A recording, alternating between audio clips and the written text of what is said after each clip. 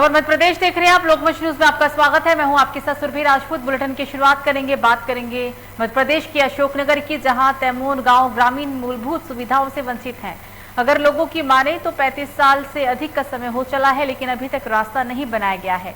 बस्ती के दोनों ओर नदी है, मुख्य मार्ग से जोड़ने नदी पार कर जाना पड़ता है, लेकिन नदी पर पुल न होने के कारण लड़कियों एवं रस्सियों के सहारे नदी का पुल बनाया गया है।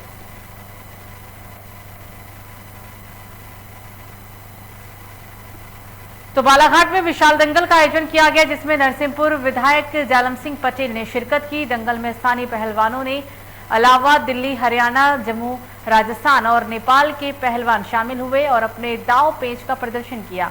इस मौके पर हजारों की संख्या में कुश्ती प्रेमी भी कुश्ती देखने के लिए पहुंचे। दंगल में खासतौर पर काठमांडू यानी नेपाल के एक छोटे से गांव के रहने वाले देवा थापा पहलवान को देखने लोगों का हुजूम आया था।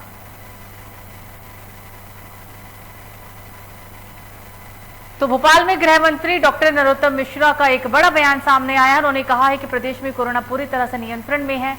पिछले 24 घंटे में कोरोना के सिर्फ 14 मरीज ही सामने आए हैं। 11 मरीज हालांकि इसमें से ठीक भी हो चुके हैं। एक दिन की अगर बात की जाए तो एक दिन में 55,993 लोगों की कोरोना जांच की गई है।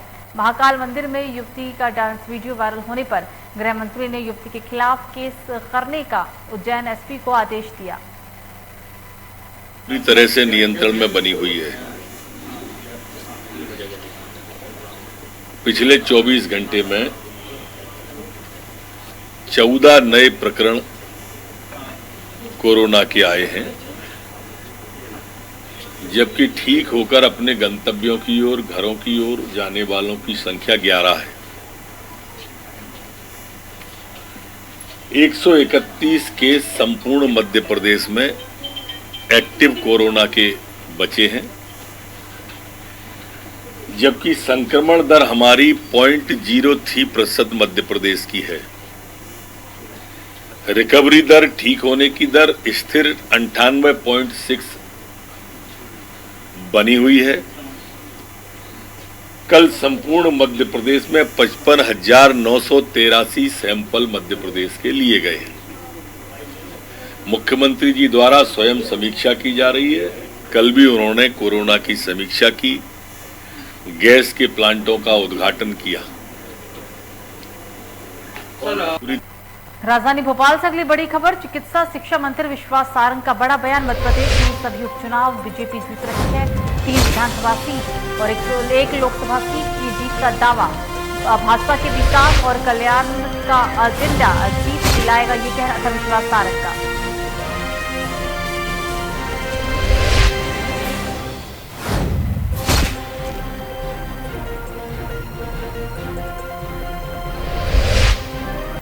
तो भोपाल में लखीमपुर खीरी किसानों की घटना के विरोध में केंद्रीय गृह राज्य मंत्री अजय मिश्रा के इस्तीफे की मांग को लेकर मिनट हॉल में गांधी प्रतिमा के सामने कांग्रेस कार्यकर्ताओं ने मौन प्रदर्शन किया। साथ ही गृह राज्य मंत्री के इस्तीफे की मांग की। कांग्रेस विधायक पीसी शर्मा ने कहा है कि लखीमपुर खीरी में किसानों की हत्या की गई है, जिसको लेकर मध्य प्रदेश कांग्रेस 1 घंटे का मौन रखकर विरोध प्रदर्शन कर रही है।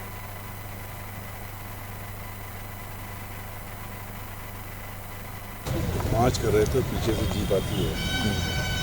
केंद्रीय मंत्री गृह मिश्रा जी के बेटे के द्वारा, आशीष मिश्रा के द्वारा, ऐसा तो जलियांवाला बाग में नहीं हुआ था। जलियांवाला बाग में अंग्रेजों ने पहले समय दिया था कि भाई 10 मिनट में वहाँ से हट जाइए, और उसके बाद उन्होंने गोली चलाई थी। लेकिन यहाँ तो कोई समय नहीं दिया। तो अंग्रेजों से भी बड़े हो गए बीजेपी के मंत्रियों के बेटे और नेता। इसकी जितनी निंदा की जाए कम है, और इसीलिए आज हम यहाँ मौन धरने पे उस हत्याकांड, बेरहम हत्याकांड के खिलाफ बैठ रहे हैं। तो जबलपुर में प्रेस कॉन्फ्रेंस का आयोजन किया गया। इस दौरान जय छात्र धर्म सोशल फाउंडेशन के अध्यक्ष दीपक सिंह परिहार ने कहा है कि आज हमारा उद्घोषणा समारोह बनाया जा रहा है और पिछले 5 वर्षों से राजपूत युवाओं का एक समूह द्वारा क्षत्रिय इतिहास, संस्कार, परंपराओं को पुनः जागृत कर धर्म व राष्ट्र के प्रति समर्पण की भावना रखते हुए अपने कार्यों को निरंतर करते आ रही हैं। उनका उद्देश्य है कि युवा पीढ़ी को संस्कार गुणधर्मों को जागृत कर साफा बांधने की शिक्षा, तलवारबाजी, लाठी चलाना, राइफल ट्रेनिंग, तीरंदाजी, इन सभी को शिविरों के माध्यम से सिखाया जाए। माता जी की आज जो हमने प्रेस कॉन्फ्रेंस रखी है उसका मुख्य उद्देश्य हमारे संगठन, समाज सेवी संगठन जय छात्रधर्म सोशल फाउंडेशन का उद्घोषणा के रूप में परिचय और उद्देश्य के बारे में बताना। हमारा जय छात्रधर्म सोशल फाउंडेशन जो कि एक एनजीओ, एक समाज सेवी संस्था के रूप में आगे कार्य करेगा और इसका जो 4 वर्ष पूर्व रजिस्ट्रेशन इसका प्राप्त हो चुका था।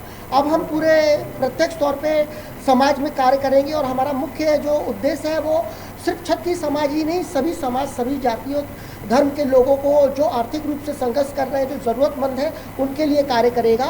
शिक्षा, रोजगार, व्यवसाय जैसे साधन स्रोत उपलब्ध कराना और आर्थिक रूप से संघर्षरत लोगों को आर्थिक सहायता देना, यह हमारा। तो जबलपुर में पुलिस अधीक्षक के द्वारा पुलिस मुख्यालय से प्राप्त interceptor vehicle, laser gun, infrared, GPS और स्पीड कैप्चरिंग कैमरे से लेस है, जिसे पुलिस अधीक्षक कार्यालय से पुलिस अधीक्षक द्वारा इंटरसेप्टर व्हीकल को हरी झंडी दिखाकर रवाना किया गया है। पुलिस अधीक्षक सिद्धार्थ बहुगुणा का कहना है कि जबलपुर में पहली बार ट्रैफिक पुलिस के लिए ये वाहन बहुत ही अधिक महत्वपूर्ण है। इस वाहन की खासियत ये है कि तेज गति से आने वाले वाहन एवं ड्रिंक करके ड्राइव करने वाले वाहनों को ये तुरंत चिन्हित कर ऑन द स्टॉप चालानी कार्रवाई कर सकती है।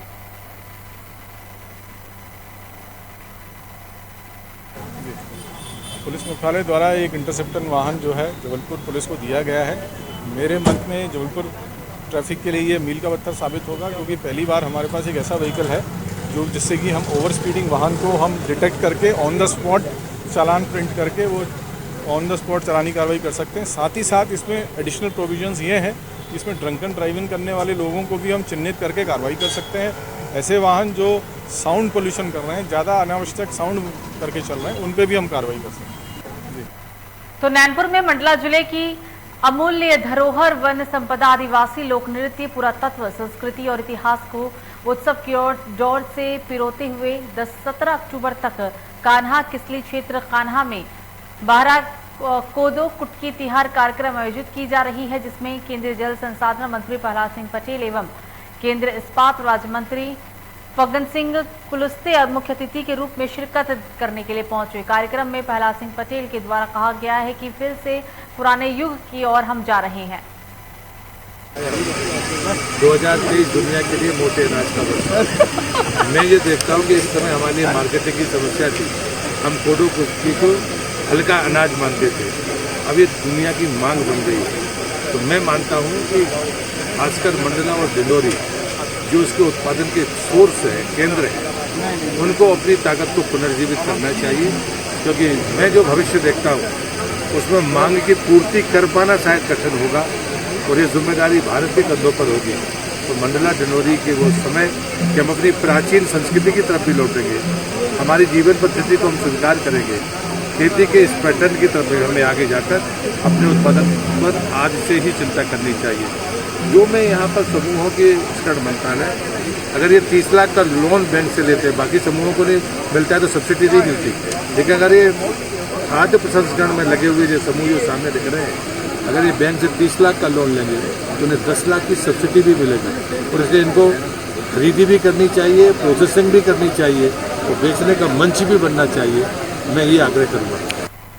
तो रायसेन में विधिक साक्षरता शिविर का आयोजन किया गया। शिविर की अध्यक्षता कर रहे न्यायाधीश एवं तहसील विधिक सेवा समिति के अध्यक्ष एस शाक्य ने अपने अध्यक्षीय उद्बोधन में उपस्थित ग्रामीणों से अपने ग्राम को विवादहीन ग्राम बनाने के प्रयास कर आदर्श प्रस्तुत करने का आह्वान किया। इसका उद्देश्य एक्चुअली ये रहा है कि जो लोग हैं उनमें कानून को लेकर समझ डेवलप हो, जो जितनी समझ की अपेक्षा है तो कानून को समझे, क्योंकि ये देखने में आया कि जब आदमी कानून को थोड़ा समझने लगता है, जो कानून बनाए जाने के कारणों को जब समझता है तो वो कानून का पालन करने के लिए ज़्यादा अग्रसर होता है। अगर उसको कानून का प्रयोजन पता है कि कानून क्यों बनाया गया, उसके भले के लिए बनाया गया है, तो उस कानून का ज़्यादा पालन करता है। तो इस तरह के शिविर जो आयोजित किए जा रहे हैं, इसके पीछे उद्देश्य ये है कि लोगों को कानून के बारे में जो आधारभूत तथ्य उनकी जानकारी है, जिससे वे कानून की महत्ता समझें और उनका पालन करने का प्रयास करें।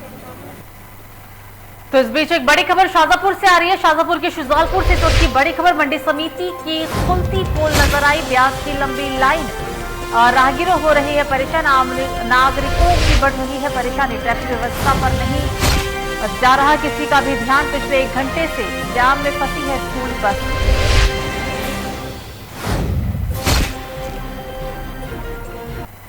तो फिलहाल बुलेटिन में मुझे दीजिए इजाजत। लोकमंच न्यूज पर खबरों का सिलसिला जारी रहेगा। नमस्कार।